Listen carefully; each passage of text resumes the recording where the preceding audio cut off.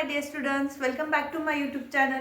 So आपण जे मागच्या सेक्शनमध्ये बघितले, जे आपण ग्रामर सेक्शनचे डे 1 टू डे 14 पर्यंत आपण सगळे ग्रामर सेक्शनचे पार्ट घेतलेले आहेत. त्याच्यानंतर आपण आज ग्रामर सेक्शनचा सेकंड पार्ट म्हणजेच आपण पार्ट्स ऑफ स्पीच शिकणार आहोत. ज्यांनी ते ग्रामरचे जे टेन्सचे व्हिडिओ बघितले नसतील,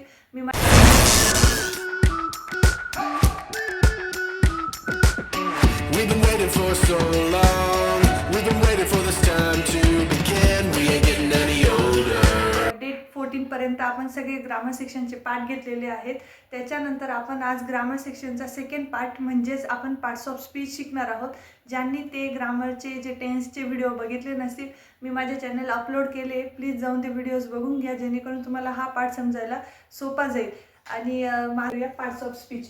आता पार्ट्स ऑफ स्पीच काय आहे, जसं मी तुम्हाला टेन्समध्ये ट्रिक दिलेली होती की टेन्स त्याचे ते सब टेन्स आणि ते कसं लक्षात ठेवायचं आपण घेतलं होतं. टेन्स म्हणजे आजोबा घेतलं होतं. टेन्सचे 3 मुलं होते. कोण होते? Past, present and future. आणि त्यांचे 4 नातू होते. म्हणजे आजोबांना 4 नातू होते. प्रत्येक मुलाला 4 मुलं होते. म्हणजेच आजोबांना 4 नातू होते. कोणते होते? Simple, continuous, perfect, perfect continuous. मी तुम्हाला स्ट्रक्चरमध्ये पण एकदा रिव्हिजनला सांगते की सगळ्यात आधी आपण काय घेतलं होतं? टेन्स. टेन्स म्हणजेच आपण काय म्हटलं होते? आजोबा. आजोबांना किती मुलं होते? 3 मुलं होते. Past, present and future. आणि प्रत्येक मुलाला किती मुलं होते? 4. किती होते? 4. पहिला कोणता होता? सिम्पल, हा एकदम साधा होता. दुसरा कोणता होता? कंटिन्यूस, हा थोडासा आगाऊ होता. देन तिसरा कोणता होता? परफेक्ट, हा एकदम परफेक्ट होता. आणि चौथा कोणता होता? परफेक्ट कंटिन्यूस, म्हणजे हा परफेक्ट, अतिशय परफेक्ट होता. मग आपण हे बघितलं होतं. त्याच ट्रिकनुसार आपल्याला, म्हणजे तशाच ट्रिकनुसार आता आपल्याला पार्ट्स ऑफ स्पीच शिकायचे. ते कसे शिकायचे? तेव्हा आपण काय बघितलं होतं? आजोबा बघितलं होतं. आता काय बघायचं आहे? आजीला बघायचं आहे. पण त्याच्या आधी ज्यांनी माझ्या चॅनलला अजून लाईक, सबस्क्राईब, शेअर नाही केलं असेल, कृपया त्यांनी माझ्या चॅनलला लाईक, सबस्क्राईब, शेअर करा. आणि असेच माझे नवनवीन व्हिडिओ बघण्यासाठी बघायचं. चला मग स्टार्ट करूया. आता पार्ट्स ऑफ स्पीच म्हणजे शब्द जातीचे प्रकार.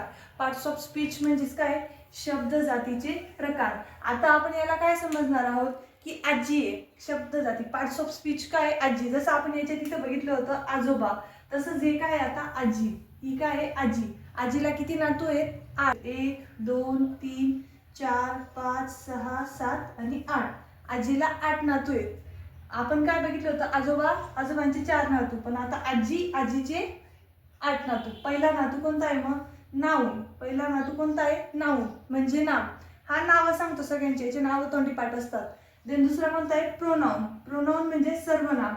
हा सगळ्यांचे पूर्ण नाव पाठ सांगतो, म्हणजे पूर्ण सगळ्या फॅमिलीचे. देन कोणता आला? ॲडजेक्टिव्ह. ॲडजेक्टिव्ह काय सांगतो? प्रत्येक माणसाचं विशेषण, म्हणजे त्यांच्या फॅमिली मेंबरचं विशेष सांगतो. तो विशेषता काय बुवा? जसं तुम्ही सांगता की माझी मम्मी छान स्वयंपाक करते, माझा भाऊ अभ्यासात हुशार आहे, माझी बहीण सिंगिंग छान करते, तसं तो हा काय सांगतो? विशेषण सांगतो. देन कोण आला? वर्ब. वर्ब काय सांगतो? क्रियापद. कोण कशी क्रिया करतो तो ॲक्टिंग करून दाखवतो. देन कोण आला? ॲडव्हर्ब. ॲडव्हर्ब म्हणजे काय? क्रियाविशेषण. हा याच्यापेक्षा छान फॅमिली मेंबर्सची क्रिया पण सांगतो आणि त्यांची ॲक्टिंग पण करतो आणि त्यांना काय खूप आहे ते पण सांगतो. Then preposition. प्रिपोजिशन म्हणजे शब्दयोगी अव्यय. हा शब्द पकडतो. म्हणजे कोणता शब्द, काही जणांना सवय असते ना की एक शब्द पकडून एक शब्द बोलायचा, रिपीट करतात काही जण, तसा. देन दुसरा कोणता आहे? कॉन्ज्युकेशन. कॉन्ज्युकेशन काय? उभयन्वी अव्यय.